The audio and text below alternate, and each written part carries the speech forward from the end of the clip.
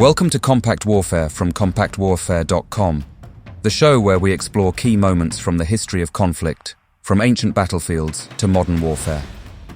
This is episode 50, the Battle of Bannockburn.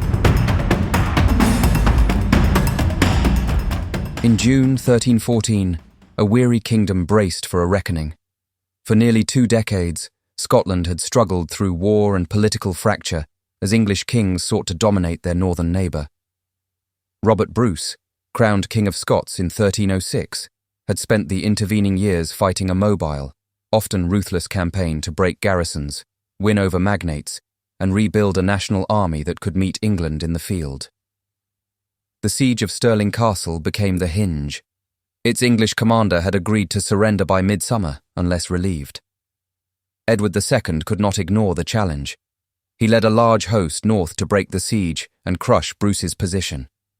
The place where the two forces met, at Bannockburn near Stirling, yielded one of the most studied victories in medieval warfare. Edward II's army was formidable on paper. Estimates vary, but the English fielded several thousand heavy cavalry and a larger infantry force that included contingents of longbowmen and spearmen, with many of the realm's greatest lords riding with the king. English strength traditionally lay in shock action by armoured horsemen, supported by archers and foot. Bruce's army was smaller and lighter. He relied on schiltrons, dense formations of spearmen drilled to receive cavalry and to push in close combat. Scottish cavalry was limited in number, better suited to scouting and harassing than to a decisive charge.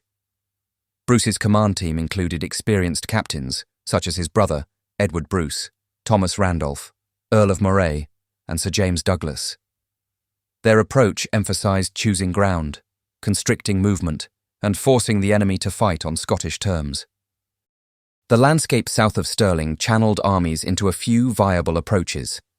Between the high ground of the Bannockburn and the steep banks of the Forth lay a patchwork of woods, marshy hollows, and narrow tracks.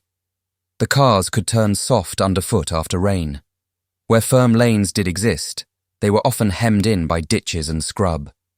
This mattered more than any single weapon. Knights needed space to build speed and keep formation. Archers needed clear arcs. The side that controlled the approaches would decide how and where the enemy could deploy. Bruce placed his army to block the road to Stirling and to make the English advance a series of narrow tests rather than a broad, open engagement. Randolph held the approach from the east to prevent an outflanking move towards the castle. Edward Bruce covered the direct road south of the town. Robert reserved a small mounted body to strike at archers and to chase opportunities. In the days before the battle, Scottish soldiers prepared the ground. They dug pits and filled them with stakes and brush. They marked the best footing and learned the lie of the channels. Preparation would magnify courage when the enemy arrived. Edward II's vanguard pushed forward on the 23rd of June. Tension snapped first on the eastern approach, where English cavalry tried to slip past towards Stirling. Randolph's schiltron intercepted them near St Ninians. The clash became a textbook demonstration of drilled spearmen, holding firm against mounted shock. Tight ranks, long spears angled out, and steadiness under pressure blunted repeated charges. English riders found no gaps, and horses will not willingly drive themselves onto a wall of points. Consequently, the cavalry fell back, leaving a scatter of dead and wounded that warned of the ground to come. The same day produced a scene that later chroniclers loved to recount. Sir Henry de Bohun, a well-armoured English knight, saw Bruce riding a small horse in front of the Scots. De Bohun lowered his lance and charged. At the last moment, Bruce turned aside, rose in his stirrups, and struck with an axe that split his opponent's helmet. The story is more than a flourish. It captured a mood. Scottish confidence had grown from years of hard skirmishing. Leadership was personal, visible, and close to the line. The king's survival and triumph in that instant steadied nerves before night fell. The English army had reached the field in stages, hungry, tired, and not yet properly arrayed. Commanders struggled to bring order to columns bottled up on poor tracks. Many men and horses spent the night without space to rest. Fires smouldered where wood was available. Scouts brought back muddy news of ditches, waterlogged patches, and the stubborn Scottish line. Across the way, The Scots lay in ordered groups, knowing that their pits were dug and their avenues set. Confidence has a material effect. An army that believes it will fight on its terms sleeps differently from one that fears the morning. On the 24th of June, the English attempted to deploy their strength. The field would not allow it. As blocks of infantry and cavalry pushed forward, they found themselves constrained between the burn, the carse, and the prepared positions to the front. Archers could not easily spread to enfilade the Scottish spearmen. The ground did not favour large horses laden with armoured riders. As the leading elements pressed in, Bruce ordered his schiltrons to advance rather than wait.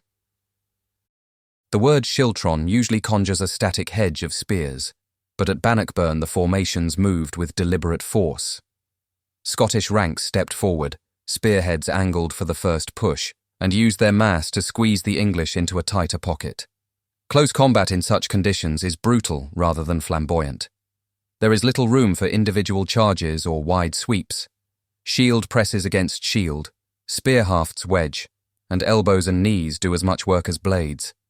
In that contest, the side with better footing and more compact order wins. The English cavalry could not generate speed. Infantry could not surge through to open the ranks. The compression favoured Bruce. English longbowmen were a serious threat whenever they could deploy with clear flanks. At times during the fighting, they found angles to shoot into the schiltrons. Bruce had anticipated this. Small mounted groups, including the Mareshal's horse and men under Sir Robert Keith, rode at vulnerable archer bodies and scattered them before volleys could bite. The task required nerve. Light horsemen had to judge when to dart forward and when to slip away before heavier cavalry could catch them. Their success removed a tool the English needed to break the press.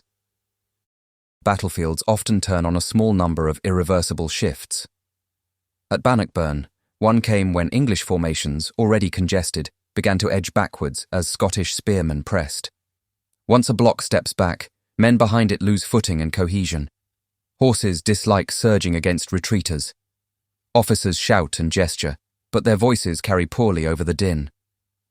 Another shift came as the English rear ranks and late arrivals looked forward and saw a heaving mass of men with no clear lane to enter. Crowding worsened. Panic starts as ripples and then becomes a tide. When the front cracks, fear outruns any clarion or banner. The Scottish advance, steady from the first, became a wave that pushed the enemy back towards the burn, the cars, and the death traps they had stumbled through at dawn. With the English army broken, pursuit became a scatter of small fights and captures. Many men tried to flee across the burn and into the rough ground. Others sought any open road back towards the south. Stirling Castle did not fall at sword point during the battle. Its fate was sealed by the strategic reality that relief had failed. The garrison surrendered on terms under the agreement that had triggered Edward's march in the first place. The field belonged to Bruce. Weaponry and banners were gathered, prisoners were sorted, and the dead were counted and interred as best the victors could manage. Bruce won because he shaped every variable he could. He chose ground that narrowed the enemy and hid the worst of the cars. He drilled schiltrons not only to receive, but to advance. He used light horse to disrupt archers at the exact moments they might have made a difference. He prepared pits and obstacles that slowed charges and warned riders that bad footing lay ahead. He enforced a chain of command that could keep advancing under pressure. Edward II lost because he allowed a large army to arrive piecemeal on poor ground, then tried to force a decision before it had deployed correctly. His strengths could not be brought to bear in concert. Exact totals for each side remain contested because medieval chroniclers liked round numbers and preferred heroes to logistics. Most modern estimates accept that the English were significantly more numerous, with a strong mounted arm and many archers, and that the Scots were outnumbered but more cohesive in the key engagements. Contemporary accounts, including the poem by John Barber and English chronicles, are coloured by perspective, but agree on the essentials. The topography around the Bannockburn and the New Park still illustrates the logic of what happened when a narrow field swallowed a large army. Bannockburn did not end the Wars of Independence overnight, but it decisively shifted the momentum. In the years that followed, Bruce consolidated control, campaigned in northern England and Ireland, and pressed for diplomatic recognition. English politics under Edward II remained fractious, which limited sustained northern campaigns. The Treaty of Edinburgh and Northampton in 1328 recognised Scottish independence and Bruce's kingship, though the peace did not last beyond the next generation. Even so, Bannockburn became the symbol of a people's determination to shape their own future against a larger and richer neighbour. Like any famous battle, Bannockburn attracts myths. One common picture is of gallant charges bouncing off hedgehogs of spears in a simple seesaw. The reality involves careful ground selection, prepared obstacles, and the offensive use of close-order infantry. Another myth is that English archers never had a chance. In fact, they did appear and could have been dangerous. Scottish mounted counterattacks and the cramped lanes prevented the archers from maintaining sustained enfilade fire. A final myth imagines the battle as a single clean crescendo. It was a 2-day struggle of probes, interceptions, and managed advances that broke a larger army through control of space. Bannockburn sits within a wider shift in medieval tactics, in which infantry in disciplined formations proved they could check and defeat mounted elites under the right conditions. The Flemish had shown similar lessons at Courtrai. The Swiss would later demonstrate them with pikes. Scotland's version depended on the schiltron and on commanders who understood how to use it offensively. None of this made knights obsolete. It did make clear that armour and horse alone could not decide a battle on ground chosen by someone else. Leadership at short distances mattered. Bruce's personal presence on day 1 and his calm direction on day 2 reinforced a culture of trust within his ranks. English leadership was brave but less coherent. Coordination between the king, his earls, and contingents that had marched hard to reach the field broke down in the crush. Morale flows from such contrasts. The men who won believed the plan was sound and that their king would not throw them into needless slaughter. The men who lost felt the ground pulling at their heels and saw their advance blocked by obstacles that no single charge could clear. Modern visitors can still read the battle in the land. The Bannockburn, the New Park, and the approaches towards Stirling illustrate how a commander can use terrain to neutralise an opponent's advantages. The visitor centre and monuments commemorate a victory woven into Scotland's national story. The quiet of the place invites reflection on how often battles are decided by choices made before the first arrows fly. A ditch dug the night before, a lane scouted and then denied, a commander who waits until units are dressed and ready, all decide outcomes that later generations mistake for destiny. Bannockburn's legacy is double.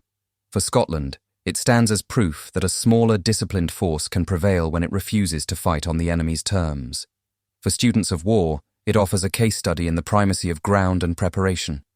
It is a reminder that numbers and equipment are only part of the ledger. Cohesion, command, and the will to press at the exact moment when the enemy begins to sag carry equal weight. The Battle of Bannockburn was not a miracle. It was a victory earned by patient preparation, sharp reading of the ground, and a disciplined use of infantry to suffocate an enemy that could not deploy at full strength. Robert Bruce and his captains turned a narrow, awkward landscape into a weapon. Edward II and his lords brought courage to a field that punished haste and muddle. When the two met, the result was a broken army and a surge of confidence that carried Scotland through the next phase of its long struggle. The lessons endure because they are practical. Choose your ground, set your traps, keep your order, and only then advance.